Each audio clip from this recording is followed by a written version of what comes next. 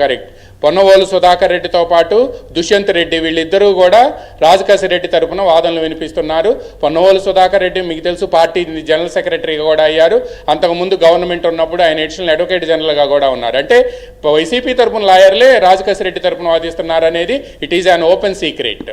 ఇక జిత్వానీ కేసుకు సంబంధించి కూడా ఇప్పుడు పిఎస్ఆర్ ఇంకొక ప్రశ్న రామారావు, ఇప్పుడు ఈ అత్యంత సన్నిహితుడు ఎవరు రాజకేశ్వర రెడ్డికి అత్యంత సన్నిహితుడుగా చెప్పబడుతున్న ఈ బల్లం సుధీర్ ఎవరు? ఇతని ప్రస్తావన ఎందుకు వస్తుంది?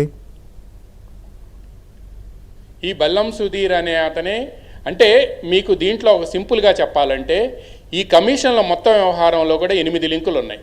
అంటే ఒక చైన్ లాగా, అంటే ఒకళ్ళను పట్టుకుంటే ఇంకొకళ్ళు చెప్పినా కూడా ఇదంతా కూడా డబ్బుల్ ట్రాన్సాక్షన్ కాబట్టి ఎక్కడికక్కడ కట్ చేసుకుంటూ ఒకళ్ళు ఇచ్చింది ఇంకొకళ్ళకి తెలియకుండా చేసుకుంటూ వచ్చారు. ఈ మొత్తం 8 లింకుల్లో ఒక లింకు బల్లం సుధీర్. ఈ బల్లం సుధీర్ అనే అతను నెక్స్ట్ టు రాజకేశ్వర రెడ్డి ఉన్నాడు. అందుకోసం అని చెప్పి ఈ సుధీర్ పాత్ర అనేది ఈరోజు ప్రధానంగా తెరపైకి వచ్చింది.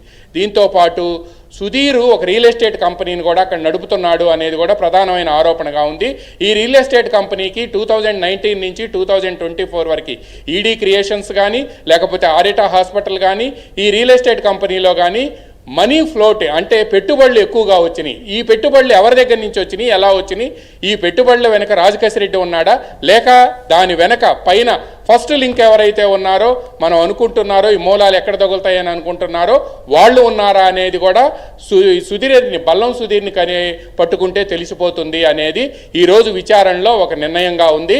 అందువల్లనే బల్లం సుధీర్ కోసం కూడా వేట కొనసాగటం ప్రారంభమైంది. సిట్ టీమ్స్ను ప్రత్యేకంగా హైదరాబాద్ పంపించారు. ఎప్పుడైతే ఈరోజు రాజకేశ్వర రెడ్డి బల్లం సుధీర్ పేరును మెన్షన్ చేశారో వెంటనే టీమ్స్ హైదరాబాద్ వెళ్ళినాయి. ఎందుకంటే కొన్ని కంపెనీల్లో unusual float of the money float అయింది అని అంటే ఎక్కడి సోర్స్ ఆఫ్ ఇన్కమ్ ఏంటనేది కూడా ప్రధానమైన ప్రశ్నగా ఉంది. అందువల్లనే బల్లం సుధీర్ పేరు బయటకు వచ్చింది. దాంతోపాటు చాణక్య అతని పేరు కూడా బయటకు వచ్చింది. మొన్న విజయసాయి రెడ్డి కూడా మొత్తం 5 పేర్లు చెప్పాడు. ఫైజ్ అని చాణక్య అని వీళ్ళందరి పేర్లు కూడా చెప్పుకుంటూ వచ్చారు. వాళ్ళందరినీ కూడా రౌండప్ చేసేందుకు సిట్ ప్రయత్నిస్తుంది. నిన్న తప్పించుకునేందుకు ప్రయత్నం చేసినప్పటికీ కూడా టెక్నికల్ డేటా అదేవిధంగా డిజిటల్ డేటాలో ఎక్స్పర్ట్ అయిన సిట్ అధిపతి విజయవాడ సిపి రాజశేఖర్ బాబు మొత్తానికి ఎట్టకేలకు కూడా ఆయన శంషాబాద్ ఎయిర్పోర్ట్ నుంచి చెన్నై వెళ్ళి చెన్నై నుంచి వేరే పేరు మీద విదేశాలకు వెళ్లేందుకు ప్రయత్నం చేస్తున్న నేపథ్యంలో ఎయిర్పోర్టు లోపలికి వెళ్ళి పోలీసులు వచ్చారని తెలుసుకొని ఎయిర్పోర్ట్ లోపలే ఉన్నారు.